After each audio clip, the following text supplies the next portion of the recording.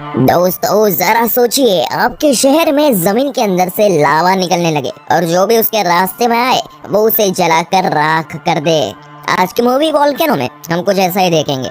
Movie की शुरुआत Los Angeles शहर से होती है, जहां सभी लोग रोजाना की तरह उनके काम पर जा रहे थे। वही हम इमरजेंसी मैनेजमेंट के नए डायरेक्टर माइक को देखते हैं, जो उसके और उसकी बेटी कैली के लिए नाश्ता बना रहा था। अभी हाल ही में माइक और उसकी वाइफ का डिवोर्स हुआ है, जिस वजह से केली का मूड थोड़ा खराब है। और तब हमें पता चलता है कि माइक और केली आज वेकेशन पर जा रहे हैं। लेकिन तभी अचानक पूरे शहर में भूकंप आ जाता है। वो भूकंप काफी छोटा था लेकिन बहुत ताकतवर था। माइक अपनी बेटी से कहता है कि ये एक इमरजेंसी सिचुएशन है, इसलिए उन्हें वेकेशन का प्लान कैंसिल करना पड़ेगा। जब माइक अपने ऑफिस पहुंचता है तो उसका कोवर्कर एमिट उसे बताता है कि उस भूकंप की वजह से कुछ ज्यादा नुकसान नहीं हुआ है, इसलिए माइक अभी भी उसके वैकेशन पर जा सकता है। हालांकि माइक खुद उसके शहर की स्थिति को देखना चाहता है। माइक को पता चलता है कि पानी का मुख्य भाग फट चुका है और गैस भी लीक कर रही है। वही इस तरफ पार्क में कुछ वर्कर्स अंडरग्राउंड ट्रेन की टनल बनाने का काम कर रहे थे। तभी अचानक उन्होंने लोगों के चिल्लाने की आवाज सुनी, जिसके बाद सभी दौड़कर वहां पहुंचे और ये देखकर हैरान रह गए कि वहां के टनल से कुछ अजीब तरह की पीली गैस निकल रही थी। वो उन वर्कर्स को तुरंत ही टनल से बाहर निकालते हैं और बाहर निकलने के बाद उन्होंने देखा कि उन वर्कर्स का आधा शरीर पूरी तरह से जल चुका है। जैसे ही माइक को ये खबर मिली, वो जल्दी से उस घटना स्थल पर पहुंच जाता है और उसने वहां पर कई सारे जले हुए बॉडी देखी। सभी का यही कहना था कि ये सब टनल में मौजूद भाप की वजह से हुआ है, लेकिन माइक इस बात से इनकार कर रहा था। माइक ने उस जगह पर चलने वाली अंडरग्राउंड ट्रेन को बंद करने का आदेश दिया जिस जगह पर वो हादसा हुआ, लेकिन एमटी चेयरमैन ऑल्बर ने माइक की इस बात को मानने से इनकार कर दिया, क्योंकि उसे नहीं लगता कि उसके ट्रेन किसी मुसीबत में है। दूसरी तरफ उन बॉडीज को फोरेंसिक डिपार्टमेंट में चेक करने के लिए भेजा गया, जहां डॉक्टर कैल्डर ने उन जली हुई बॉडीज की जांच की, जिसके बाद वो काफी हैरान रह गई, क्योंकि उन बॉडीज पर जलने के जो निशान थे वो किसी भाप या गैस के तो नहीं लग रहे थे। जिसके बाद माइक अपने एक साथी गेटोर के साथ टनल के अंदर जाता है। थोड़ी देर टनल में घूमने के बाद उन्होंने देखा कि टनल के अंदर की हवा काफी गर्म होती जा रही है, जिस वजह से उन्हें सांस लेने में दिक्कत हो रही है। तभी गेटर को वहां पर कुछ जले हुए चूहे दिखाई देते हैं और तभी उन्होंने नोटिस किया कि उनके रबर ग्लोव्स भी पिघल रहे हैं। तभी वहां पर एक और भूकंप आता है, जिससे उस टनल में जमीन पर दरार आता है और उसमें से बहुत गर्म भाप निकलने लगती है, जिसे देखकर वो दोनों वहां से बाहर निकलते हैं। ये सब देखकर माइक उस जगह की जांच करने के लिए एक जियोलॉजिस्ट को बुलाता है। थोड़ी ही देर बाद एमी नाम की जियोलॉजिस्ट वहां आती है। वो कुछ मशीन्स की मदद से उस जगह की टेस्टिंग करती है और जैसे ही वो रिजल्ट देखती है वो पूरी तरह से शॉक हो जाती है। वो माइक को बताती है कि उनके शहर के नीचे टनल्स नहीं खोदनी चाहिए। वो कहती है कि उनके शहर के नीचे ज्वालामुखी तेजी से बढ़ रहा है और शहर के नीचे की तरफ लावा बह रहा है। इन भूकंपों की वजह से पृथ्वी की सतह में दरार आ गई है, जिससे वो लावा अब ऊपर आने की कोशिश कर रहा है। ये सिर्फ एमी की थियरी है और इसके पास इस बात का कोई सबूत नहीं है, और माइक को भी एमी के इस थियरी पर बिल्कुल भी यकीन नहीं हुआ। फिर शाम को एमी अपने असिस्टेंट रेचल के साथ उस टनल के अंदर जाती है। वो दोनों टनल के अंदर सैंपल इकट्ठा करने के लिए घूम रहे थे कि तभी अचानक उस जगह पर एक और भूकंप आ जाता है। ये वाला भूकंप काफी खतरनाक और बड़ा था, जिस वजह से पूरे शहर की बिजली चली जाती है। वही इस तरफ अंडरग्राउंड मेट्रो में ट्रेन के ड्राइवर ने ट्रेन को रोकने की कोशिश तो की, लेकिन वो नाकाम रहा, जिसके बाद उसके ट्रेन का एक्सीडेंट हो गया। उस भूकंप की वजह से इस टनल के अंदर का फर्श टूट कर गिर गया, जिसके अंदर एमी और रेचल थे। रेचल उस गड्ढे के अंदर गिर गई और उसके किनारे से लटक गई। एमी ने उसे बचाने की कोशिश की, लेकिन उस जगह से काफी धुआं निकलने लग गया और कुछ ही सेकंड्स में वो टनल बहुत ज्यादा गर्म हो गया। तभी वहां पर काफी तेज गर्म भाप का विस्फोट हुआ, जिससे रेचल जलकर राख हो गई। वही एमी काफी ज्यादा डर गई और वो ये सब देखती रह गई। फिर जब एमी उस टनल से बाहर निकली तो उसने देखा कि फाउंटेन का पानी तो उबल रहा है। फिर एक एक करके शहर के कुछ इलाके में जनरेटर्स की मदद से बिजली आ गई। माइक अपनी बेटी केली के साथ अपने घर से निकलकर ऑफिस जाने के लिए रवाना हो गया। तभी अचानक सड़कों पर लगे गटर के अंदर से तेज भाप निकलने लगी, जिस वजह से सारी कार्स रुक गई। लेकिन इसके बाद हालात और भी बिगड़ने लगे और उनकी आंखों के सामने और भी धुआं हो गया और सभी तरफ पत्थर गिरने लग गए। तभी माइक ने देखा कि वो छोटे छोटे पत्थर आग के गोले बनकर पूरे शहर में गिर रहे हैं और वो जहाँ भी गिरे वहाँ काफी तेज धमाके होने लग गए। इसकी वजह से कई सारे घर तबाह हो गए, बिल्डिंग ससर के पूरी तरह से बर्बाद हो गए, जिस वजह से लोगों का एक्सीडेंट होने लग गया, जो कि अपनी जान बचाकर भाग रहे थे। इधर एमटी ऑफिस में ऑल्बर ने सुना कि टनल के अंदर एक ट्रेन फंस चुकी है और उसने लोगों को बचाने के लिए एक रेस्क्यू टीम वहां पर भेज दी है। वही ट्रेन के अंदर ट्रेन का ड्राइवर डरे हुए पैसेंजर्स को शांत करने की कोशिश कर रहा था। वो वहाँ से बाहर निकलने की कोशिश कर रहा था, लेकिन ट्रेन के दरवाजे पूरी तरह से जाम हो गए थे। इधर बाहर की तरफ कैल्डर भी ट्रैफिक में फंसी हुई थी। तभी उसने देखा कि वहाँ से गुजर रहे फायर ट्रक में भी आग के गोले गिर रहे। इधर माइक अपनी कार रोक कर लोगों की मदद करने लग गया, लेकिन वही कुछ लोग इस मौके का फायदा उठाते हुए दुकानें लूटने लग गए। तभी एक आदमी एमी का इक्विपमेंट भी चुरा ले गया और एमी ने देखा कि चारों तरफ राख गिर रहे हैं। वही फायर ब्रिगेड के लोग इस मुसीबत से लड़ने की पूरी कोशिश कर रहे थे। वही सबके बीच में से माइक अपनी बेटी को लेकर ऑफिस जा रहा था, लेकिन तभी उसने देखा कि कैल्डर रास्ते में घायल लोगों की मदद कर रही थी। उसने माइक को उस फायर ट्रक के बारे में बताया जिसका एक्सीडेंट हुआ था। माइक जल्दी से उस ट्रक में फंसे हुए लोगों की मदद करने के लिए भागा, लेकिन तभी पूरे शहर में गड़गड़ाहट की आवाज सुनकर सभी डर गए। तभी अचानक उस जगह पर बहुत ही खतरनाक और तेज भूकंप आया, जिस वजह से बिल्डिंग की ग्लास टूट गई और उन सभी के ऊपर गिर गई। तभी माइक ने एमी की थियरी को सच होते हुए देखा, जब जमीन के अंदर से ज्वालामुखी का लावा बाहर निकलकर उसके शहर के सड़कों पर बहने लग गया और अपने रास्ते पर आने वाले हर एक चीज को पिघलाते हुए आगे बढ़ने लग गया।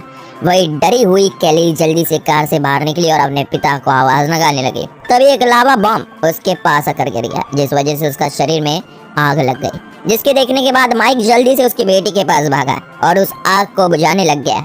माइक ने तुरंत ही आग को बुझा लिया और कैली को वहां से ले जाने की कोशिश करता है। जब उसने देखा कि वो लावा से चारों तरफ से गिर चुका है, तो माइक उसकी कार के ऊपर से छलांग लगाकर सुरक्षित जगह पर पहुंच गया, जिसके बाद उसी समय लावा ने कार को भी निगल लिया। इसके बाद वो गिरे हुए फायर ट्रक की तरफ बढ़ने लग गया। उस ट्रक के ड्राइवर ने उसमें फंसे हुए उसके साथी को वहां से निकालने की कोशिश की, लेकिन सही समय पर वो उसे बचाकर बाहर नहीं ला पाया और लावा की वजह से वो दोनों जलकर मारे गए। तभी एक और बड़ा धमाका हुआ, जिसके बाद और भी ज्यादा लावा बाहर निकलने लग गया। तभी माइक ने कैली से कैल्डर के साथ हॉस्पिटल जाने के लिए कहा। कैली ने अपने पिता से भी चलने को कहा, लेकिन माइक ने कैली को इनकार करते हुए हमेशा की तरह अपने काम को ही अहम समझा। तुरंत ही उस जगह पर रिपोर्टर्स हेलीकॉप्टर में वहां पहुंच गए और वो ये दिखाने लग गए कि वो लावा तेजी से बहता हुआ शहर के मुख्य हिस्से की तरफ बढ़ रहा है। ये पता लगते ही लोगों के बीच हड़कंप मच गई और लोग अपनी जान बचाने के लिए अपने घर से भागने लग गए। थोड़ी देर बाद एमी, माइक और बाकी पुलिस ऑफिसर्स की मदद करने के लिए वहां आए और वो सभी लोगों को सुरक्षित जगह पर ले जाने और उस लावा को कंट्रोल करने के बारे में बताने लगी। माइक ने भी कहा कि उन्हें लावा को किसी तरह रोकना होगा ताकि लावा बचे हुए शहरों तक ना पहुंचे। इसलिए सभी ने एक बस को लावा के रास्ते में ढकलकर उसके टायर को पंक्चर कर दिए ताकि लावा कुछ समय के लिए वहीं पर रुक गए। इसके बाद माइक और एमी एक बेहोश पड़े इंसान को बचाने के लिए गए, लेकिन ठीक उसी समय एक जलता हुआ पेड़ उनके पास गिर गया, जिसके बाद उनका रास्ता ब्लॉक हो गया। तब फायर फाइटर्स ने उनके ट्रक के सीढ़ी को नीचे किया, जिसके बाद माइक ने उस बेहोश हुए इंसान को सीढ़ी पर रख दिया और उन दोनों भी उस सीढ़ी पर लटक गए। जैसे ही वो सीढ़ी उस लावा के ऊपर से गुजरी कि तभी उस बेहोश आदमी के पैरों पर आग लग गई और ये देखने के बाद सभी लोग काफी घबरा गए। उनके घबराते ही वो सीधे हिलना शुरू हो गई और टूट गई, लेकिन किस्मत से वो तीनों लावा से दूर गिरे।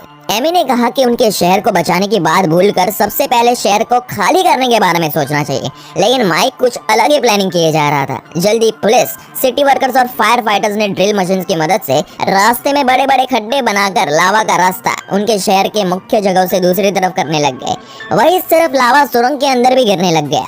वही ओलिवर अपने टीम के साथ ट्रेन में फंसे लोगों को बचाने के लिए पहुंच गया। ट्रेन में फंसे सभी लोग बेहोश थे, जिस वजह से उन्हें घसीटकर बाहर निकालना पड़ा, लेकिन कम से कम सभी लोग सुरक्षित थे। जैसे लावा उनके पास आने लगा कि तभी ओलिवर ने नोटिस किया कि ट्रेन का ड्राइवर गायब है और वो उसे ढूंढने के लिए दोबारा अंदर चला गया। ओलिवर को वो ड्राइवर मिल गया, लेकिन वो बेहोश के हालत में था, इसलिए ओलिवर ने उसे उठाया और आगे बढ़ने लग गया। लेकिन लावा की वजह से ट्रेन इतनी गर्म हो गई थी कि उसके जूते पिघलने लग गए। तब ओलिवर ने उस ड्राइवर को अपने लोगों की तरफ फेंकते हुए खुद इस लावा में छलांग लगा दी, जिसके साथ ही वो मर गया। इस तरफ एमी ने बास्केटबॉल उठाई और सड़क के बीच में छोड़ दी। तब वो बॉल लुढ़कने लग गई और उन्हें पता चलता है कि वो लावा बहता हुआ गैस स्टेशन की तरफ जाने वाला है। लोग लावा को रोकने के लिए उसके सामने कार्स और बाकी गाड़ियां रख रहे थे, लेकिन उसका कोई खास फायदा नहीं हुआ। तभी वहां पर इमरजेंसी ट्रक्स आ गए। तब माइक और एमी ने उस बहते हुए लावा के रास्ते में बैरिकेड्स लगाकर उस लावा का रास्ता ब्लॉक करने का प्लान बनाया। वो लोग लावा को एक जगह रोकने की कोशिश करेंगे, जिसके बाद हेलीकॉप्टर की मदद से उस लावा पर पानी फेंका जाएगा ताकि वो उसे कंट्रोल कर सके। ये सुनते ही सभी लोग वहाँ रास्ते में उन्हें जो कुछ मिला उनकी मदद से लावा को रोकने के लिए बैरिकेड्स बनाने लगे। वे लोग बैरिकेड्स बनाने में कामयाब हो गए और लावा को एक जगह पर रोकने के बाद उन्होंने उस पर पानी फेंकना शुरू कर दिया। जल्दी हेलीकॉप्टर्स वहाँ पहुँच गए और सबने मिलकर उस लावा पर पानी फेंकना शुरू कर दिया। थोड़ी देर बाद सभी ये देखकर काफी खुश हुए कि लावा ने आगे बढ़ना बंद कर दिया है, लेकिन एमी को अभी भी शक है, इसलिए वो इस बात की पुष्टि करने के लिए टनल में गई। एक गैजेट से एमी को पता चला कि लावा अभी रुका नहीं है और वो टनल के अंदर से बह रहा है।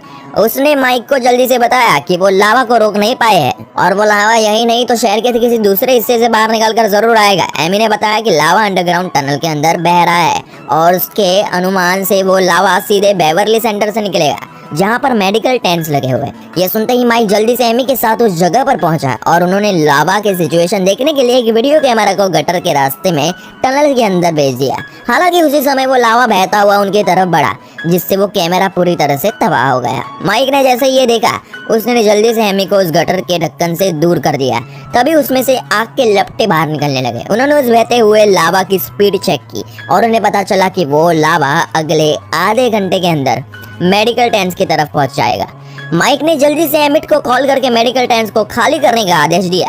इसके बाद माइक और एमी इसके आगे का प्लान के बारे में सोचने लग गए। उन्हें कुछ समझ नहीं आ रहा था कि उन्हें क्या करना चाहिए कि तभी माइक ने एक बड़ी बिल्डिंग देखी और उसे एक आइडिया आया। वो शहर के मैप्स चेक करता है और देखता है कि जिस टनल से लावा बह रहा है उनसे थोड़ी दूर ही पैसिफिक ओशन है। माइक कहता है कि अगर हम इस बिल्डिंग को गिरा दे तो उसके मलबे की मदद से वो लावा को मेन सिटी जाने से रोक सकते हैं और उसके दिशा को बदल कर उसे पैसिफिक ओशन के पास भेज सकते हैं।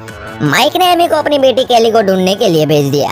वही बाकी सभी लोग बिल्डिंग में बॉम्ब फिट्स करने लग गए। इधर जब एमी मेडिकल टेंट पर पहुंची तो उसे पता चला कि वहां पर कैली तो मौजूद नहीं है। कैली एक बच्चे को ढूंढते हुए वहां से कहीं चली गई थी। वही इस तरफ सभी लोग जल्दी से बॉम्ब फिट्स कर रहे थे क्योंकि अब उनके पास सिर्फ 20 मिनट ही बचे हुए थे। गेटर और उसके आदमी बिल्डिंग के अंदर बॉम्ब फिट ही कर रहे थे कि ठीक उसी समय वहाँ पर भूकंप आया, जिस वजह से उम्मीद से पहले ही वहाँ पर ज्वालामुखी विस्फोट हो गया।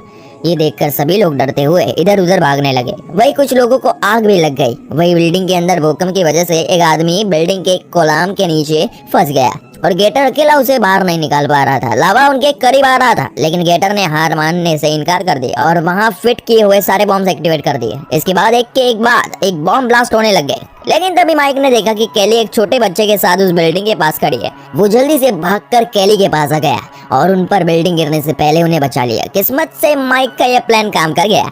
बिल्डिंग के मलबे की वजह से लावा अपने दिशा बदल देता है और पैसिफिक ओशन की ओर जाने लगता है। सभी लोग उनकी जीत की खुशी मना रहे थे। वही एमी माइक को ढूंढ रही थी। तभी अचानक बिल्डिंग के मलबे से माइक ने अपने हाथों को बाहर निकाला। इसके बाद माइक, कैली और वो छोटा बच्चा तीनों मलबे से बाहर निकले। उस बच्चे ने देखा कि सभी के चेहरों पर मिट्टी लगी हुई है और सब एक जैसे दिख रहे थे। तभी वहाँ पर बारिश हुई और ये देखने के बाद सभी काफी खुश थे और वो लावा भी समंदर में जाकर ठंडा हो जाता है। इसी के साथ ये मूवी खत्म होती है। दोस्तों, अगर वीडियो पसंद आया हो तो एक लाइक जरूर करें और इसी तरह से एक्सप्लेनेशन के लिए चैनल को सब्सक्राइब जरूर करें।